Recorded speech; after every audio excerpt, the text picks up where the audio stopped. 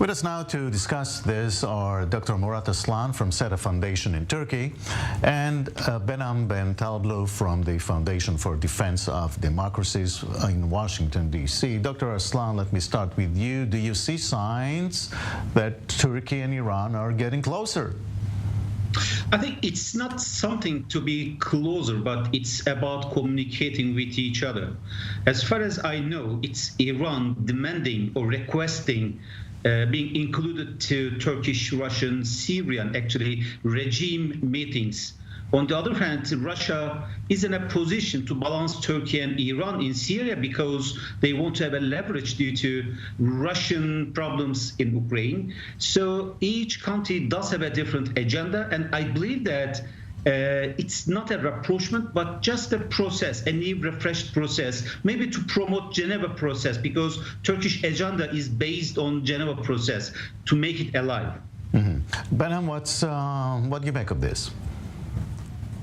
Yeah, you know, Turkish-Iranian relations are quite kaleidoscopic, even though these two countries are the heirs of great empires that, in terms of their ethnic and sectarian differences, are quite strident in the history of competition they've had with one another. They've been able to segment out key areas for collaboration as well. And as Dr. Aslan just mentioned, this is Iran trying to get into the political process that was previously underway between Syria and Turkey. And given that Russia and Iran have been on the same side of the Syrian civil war, which is the side to first save Assad, using all things, including blood, sweat, treasure, and even their war machines to do it. And we saw that quite brutally for about a decade.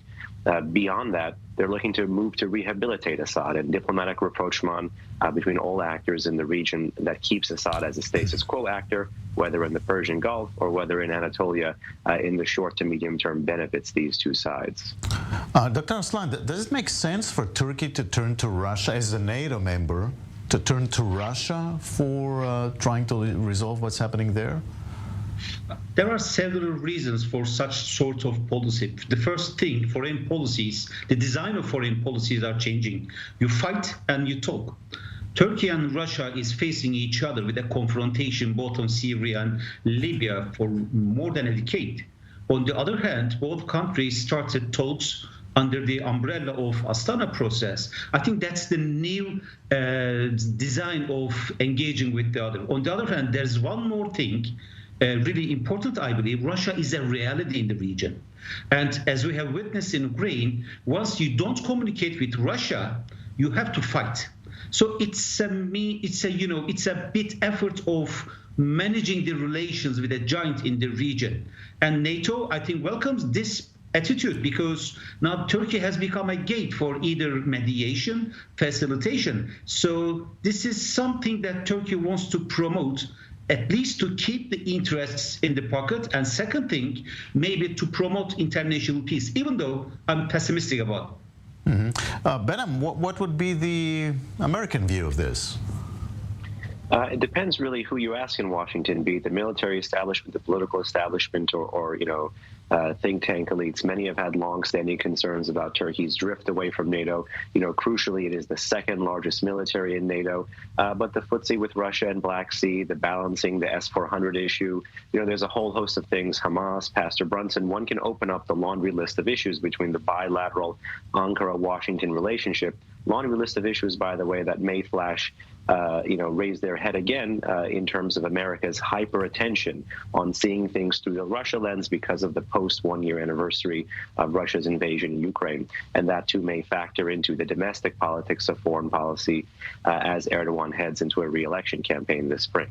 Right. Dr. Aslan, I want to ask you also about Saudi Arabia putting $5 billion in Turkey's federal bank.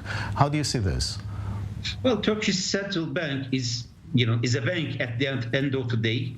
And there was a sort of negotiation with Saudi Kingdom, and they decided to invest to Turkish Central Bank. Well, it's not a pledge, but it's a money invested. The second thing, I think it's an output of normalization with Saudis, and Turkey complements this move by also promoting relations with UAE.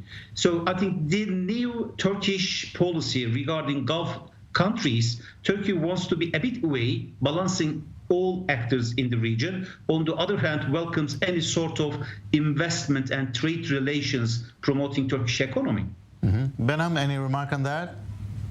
Yeah, I would actually look at this through the lens of Saudi foreign economic policy. You know, obviously the Saudis have the capability to throw this money into the Turkish economy post-earthquake, post-financial crisis when it's needed most. The question is, will that provide some kind of a political boon for Erdogan into the coming elections? And what will Erdogan do with said boom if he is reelected, for instance? Will relations between Ankara and Riyadh continue to warm?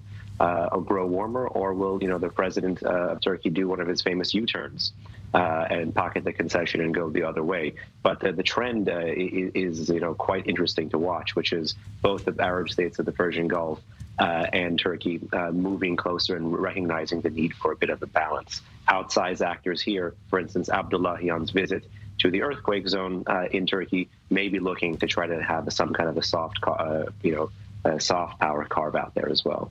Right. Any remark on that that you'd like to add, Dr. Aslan? We have like 30 seconds. Yeah, I mean, in the Gulf region, Iran is the essential actor to being concerned. And as you review the speech of Abdullahian in Ankara today, he was talking about only embargo and also transit passage of Iranians to the West. So agendas are different, and Turkey wants to balance them all. All right. I thank you very much, both. Have a good evening.